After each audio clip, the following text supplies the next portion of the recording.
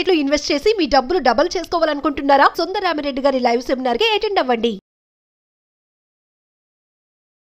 నమస్తే రమగారు. నమస్తే జయ.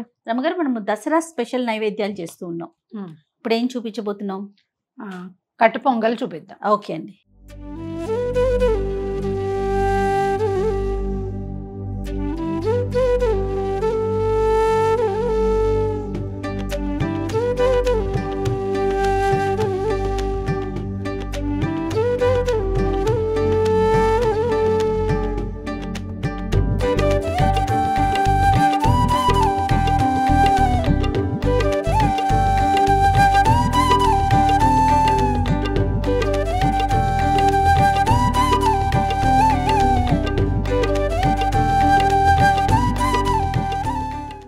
కట్టు పొంగల్ అంటే మిరియం పొంగల్ అంటారు, పప్పు పొంగల్ అంటారు.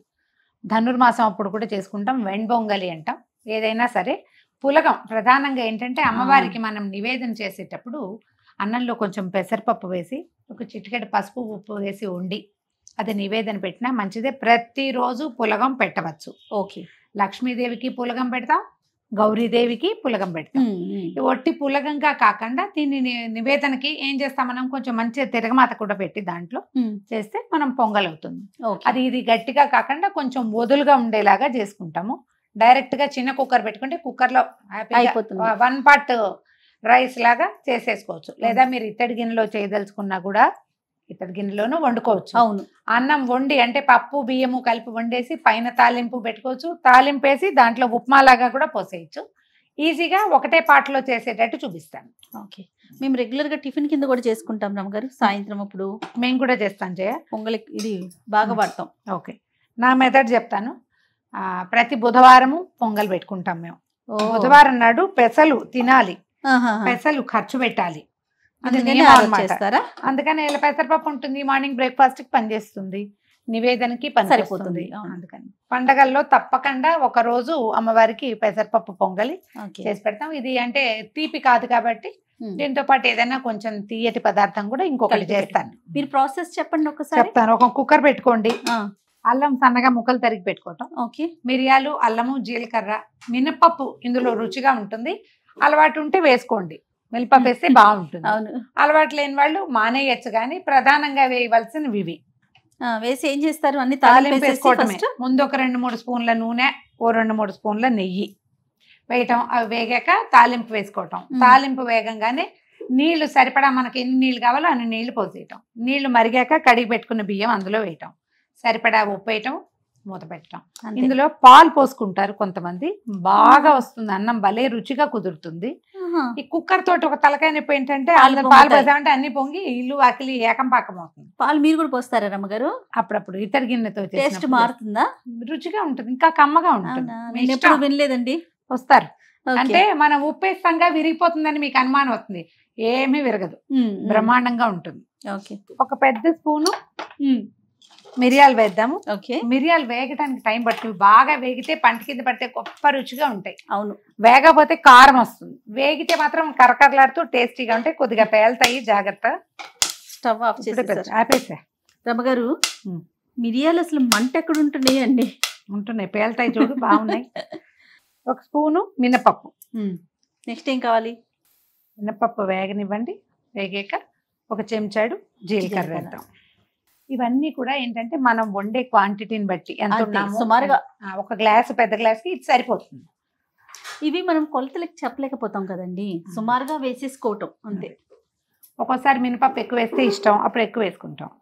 కొంచెం ఎండుమిర్చి, తర్వాత ఏమో మనం జీడిపప్పులు పక్కన పెట్టుకోండి, అవి వేసుకోండి. అవి వేగనిద్దాము.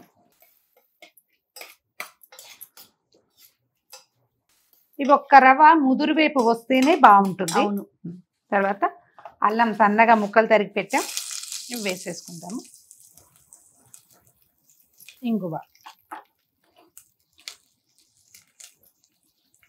ఒక చిన్న స్పూన్ ఇంగు పడుతుంది. మొహమాట పడకుండా వేసేయండి.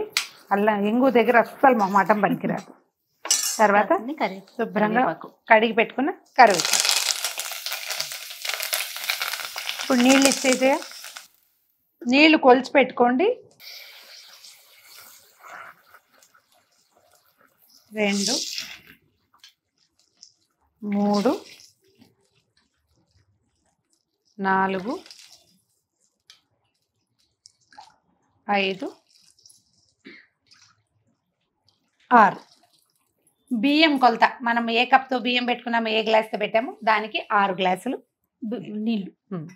నీళ్లు తెరలగాగనివ్వాలి. తెరలేక కడిగి పెట్టుకున్న బియ్యము పెసరపప్పు ఇందులో వేయటము, ఒక స్పూను నెయ్యి వేసి మూత పెట్టేయటమే. తెరులుతున్నాయి చూడండి. అవును. ఒకవేళ ఈ పొంగలి మనకి గట్టిగా కావాలి అంటే గరిటతో ఇట్లా పెట్టుకునేదాకా లూజ్గా పనికిరాదు అనుకుంటే నీళ్లు తగ్గించుకుంటే సరిపోతుంది. అది మన బియ్యాన్ని బట్టి కూడా, మరీ పాత బియ్యం అనుకో నీళ్ళు ఎక్కువ పడతాయి. అవును.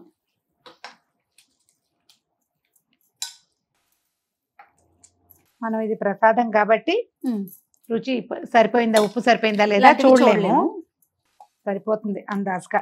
కొంతమంది రమ్మగారు చాలా కరెక్ట్ గా ఉండాలి, ఉప్పు ఇంత కూడా తగ్గకూడదు, ఇంత కూడా పెరగకూడదు, కారం కూడా అట్లా కోరుకుంటారు. కాంప్రమైజ్ కారు, పర్వాలేదులే ఏముంది కొంచెం తక్కువ ఎక్కువ అట్లా అనుకోరు. లక్షణం అన్ని పర్ఫెక్ట్ గా కావాలి, అప్పుడు అలవాటు అయిపోతుంది జయ, రుచిగా కరెక్ట్ గా వేసుకోవటం అనేది. అప్పుడు వాళ్ళకి ఎవరు చేసినా నచ్చదు రమ్మగారు. ఓహో, అది కూడా మరి అంతే కదా. ప్రసాదము దైవ కార్యాలకు చేసేటప్పుడు మన భక్తి శ్రద్ధ వల్ల కుదురుతుందా. మామూలుగా అంటే నివేదనలు అవి చేసేటప్పుడు మాట్లాడకూడదు, మన మంత్రోచ్చారణ ఏదన్నా చదువుకోవాలి. ఎంగిలి పడుతుంది ఒకటి, శ్రద్ధారాహిత్యం వచ్చేస్తుంది, పనిలో శ్రద్ధ ఉండదు. అందుకని ఏదైనా కృష్ణారామ అనుకుంటూ స్తోత్రాలు చదువుకుంటూ చేసుకుంటే ఇతరులతో మాట్లాడటము, పిల్లల్ని కేకలేయటము, డిస్కషన్లు, వ్యవహారాలు మాలాగా కబుర్లు కాకుండా ఒకసారి పైకి కిందకి కదిపేసేయండి. ఉప్పు వేసేసాం కదా, వేసాం. ఇప్పుడు ఏం చేద్దామంటే మొదట కొంచెం 2 స్పూన్ల నూనె వేసాం కదా, ఇప్పుడు ఒక 2 స్పూన్ల నెయ్యి వేసేద్దాము. ఇంకా మనం ఏం లేదు, ఆ వేసేటప్పుడు అదే దేవుడికి చూపించేటప్పుడు కొద్దిగా ఒక చుక్క నేర్చుక్క వేసి నివేదన చేసేసుకోవచ్చు. మీడియం ఫ్లేమ్లో కానీ సిమ్లో కానీ ఉంచి 6 విజిల్స్ రానివ్వండి. అప్పుడు బాగా చక్కగా వస్తుంది, మృదువుగా. నీరుండిపోవటమో అడుగంటడమో అలా అవదన్నమాట. చిన్న స్టవ్ మీదకి మార్చుద్దాం జయ. ఓకే అండి, కొంచెం స్లోగా అవుతుంది.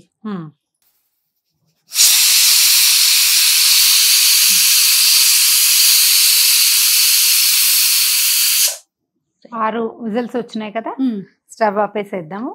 దీన్ని అట్లా వదిలిపెట్టేయాలి. అది పూర్తిగా స్టీమ్ మొత్తం పోయిన తర్వాత తీస్తే చక్కగా అన్నం బాగా సెటిల్ అయిపోయి ఉంటుంది. చల్లారాక తీసి చూపిద్దాం. అంతే, అట్లనే నమ్మగారు.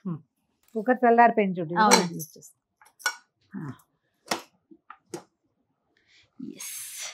గుమగుమలాడుతోంది చూడు పొంగలి. దీంట్లో ఇంకా మనం వేసేది ఏం లేదు. అవునండి, చక్కగా కాస్త నెయ్యేసి, సారీ అంత లూజ్గా ఏం లేదు జయ, చూసావా. బియ్యం పాత బియ్యం అవటం వల్ల నీళ్ళని ఎలా తాగేస్తుంది. అదే ఓ బౌల్లో పెట్టుకుందాము. దాని మీద చక్కగా నెయ్యేసి, ఒకవేళ ఇంకేం లేవనుకోండి, అంటే ఇదే చేసాము ఈ పూట నివేదన, దీని మీదే ఒక బెల్లం ముక్క పెట్టండి. పెట్టడం నీళ్ళు చల్లి అమ్మవారికి చూపించేసాను. పెట్టి బౌల్లో. ఇది ఒక రోజు లెక్క ఉంటుంది జయ. మామూలుగా ఈ అన్ని రోజులు కూడా మనం పులగం చేసి పెట్టచ్చు అమ్మవారికి. ఫలానా రోజు అని ఈ పొంగల్తో పాటు దీంతో ఇంకొక తీపి పదార్థం కూడా చేయాల్సి వస్తుంది. కాబట్టి ఏ రోజును చేసుకున్నా దీనికి ఇదేం లేదు.